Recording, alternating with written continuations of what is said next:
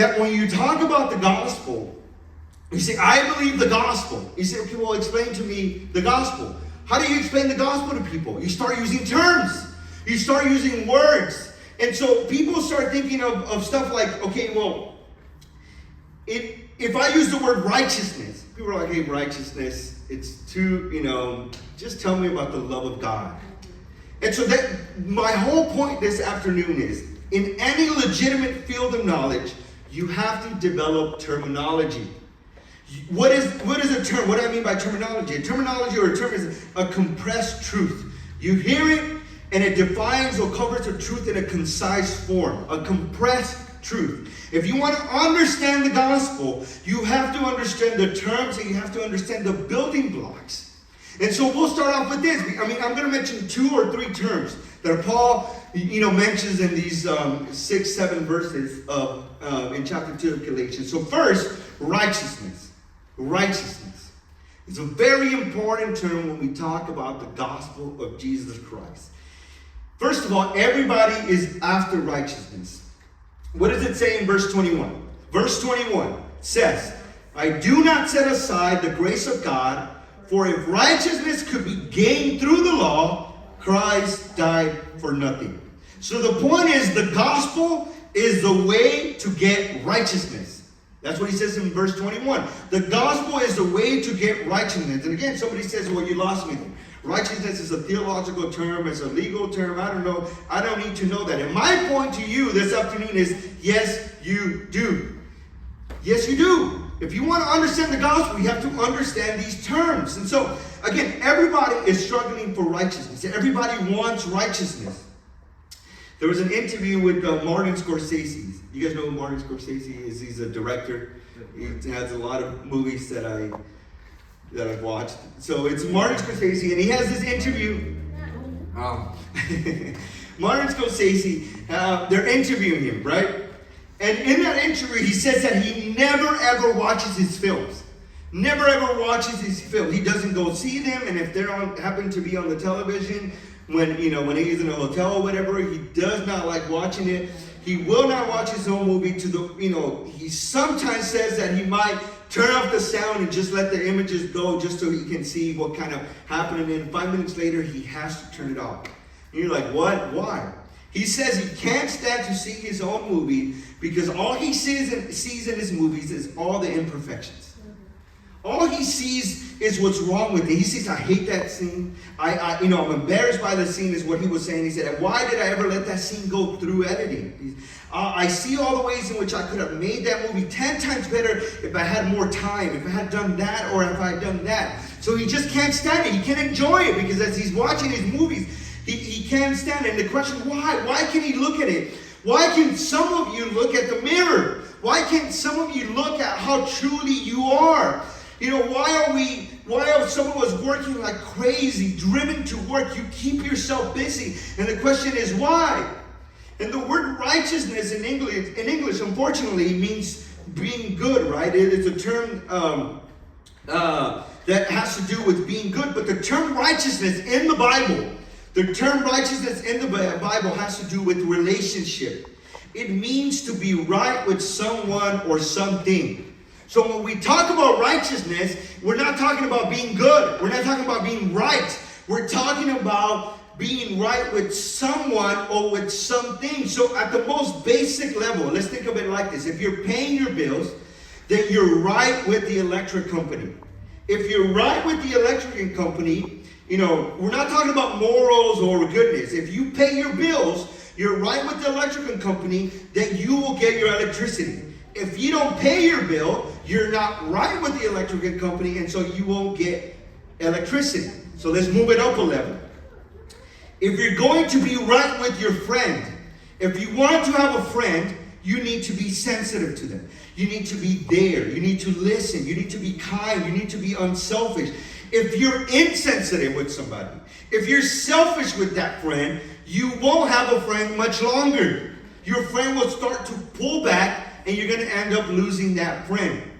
So to be right with someone, righteousness means to be right with, to be related properly because you have the good record. right? Because you're a good friend, so you're right with that person. The Bible says, and especially talks about this in the most profound story, right? Besides the story of Jesus Christ on the cross, the most profound story in the Bible, perhaps, is the story of Adam and Eve. In the very, very beginning, when human beings decided they were going to be their own masters, they immediately sensed they weren't right with the universe.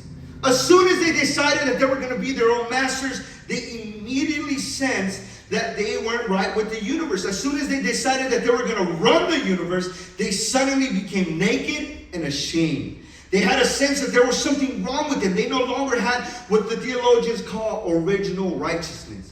An original righteousness, in this case, an original right stand with God. And so their original beauty, their original worth, their original acceptability, they did not have it anymore. Instead, they began to realize that they were unacceptable at some very, very profound level. Everybody, the Bible says, is born into the world knowing they are not right. Everyone. Everybody is born into the world knowing that they're not acceptable, that they're not valuable, that they're not lovable, that they better find a way to make themselves so. And of course, family has a lot to do with it, right? Where, if you grow up in a family where there's none of that, then it gets exacerbated. But the fact of the matter is, you can love your kids. You can fill their lives with love, and still you'll see them driven to fit in, driven to look okay to their peers, driven, to somehow get accepted by somebody outside of their family. You're like, why? It is inherent in us. It is a struggle for righteousness. And so that is the first principle of the gospel. If you truly want to understand the gospel, you have to understand everybody is out for righteousness. You have to see that everybody needs it. Everybody's looking for it. People think they sound smart when they say that religion is really just repressed sexuality. Right? I took psychology in the university, and people stand up there and they start judging religion. It was like religion is just repressed sexuality. Have you guys ever heard about that? Right? It's just repressed sexuality. Everybody says that religion is just repressed sexuality. No, the reality is sexuality is just repressed theology. It's completely backwards. Sexuality is really just repressed theology. I want somebody to find me beautiful. I want someone beautiful to find me beautiful. I want somebody who looks attractive to embrace me and to say, you turn me on. And so what is that? In sex, we're trying to find our own righteousness.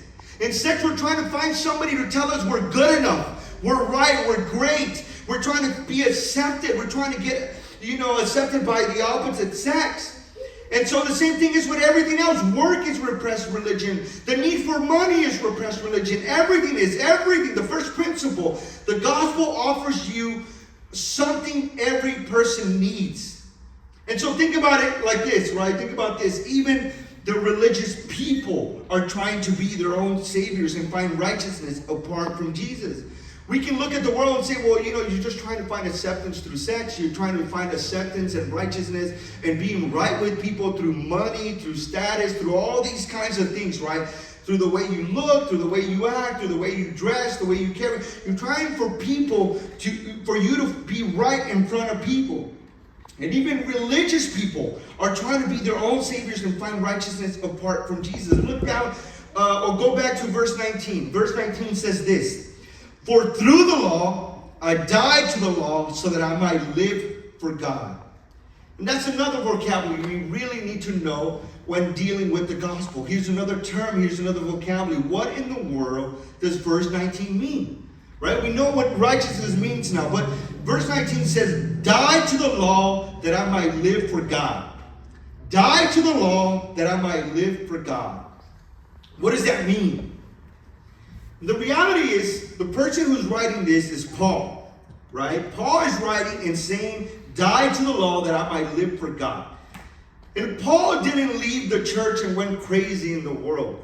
Paul doesn't have the story of growing up in church And then he rebelled and went out to university and he did all the sins he possibly could. He just rebelled against everybody and just lived this crazy life. And then finally he came back to church and, God saved him by, God's grace. That's not the story of Paul. Paul's story is he grew up in church and he stayed in church. That's Paul's story. He worked like a crazy person at trying to obey the law. But then he said, when I became a Christian, because growing up in church, he says, means absolutely nothing. He says, but then, when I became a Christian, here's what I did. He said, I had to die to the law that I might live for God. Now, obviously, I can't, spend so much time unpacking it, but here's what he's saying. He was saying, when I was trying to earn my righteousness by obeying the law, when he was trying to deal with all his nakedness, he says, with my sense of unrighteousness, I wasn't doing it for God. I was doing it for Paul. I was doing it for myself. I was doing it for me. That's what he says. So he said, through the law, I died to the law. I died to living according to the law. I died to trying to get my own righteousness.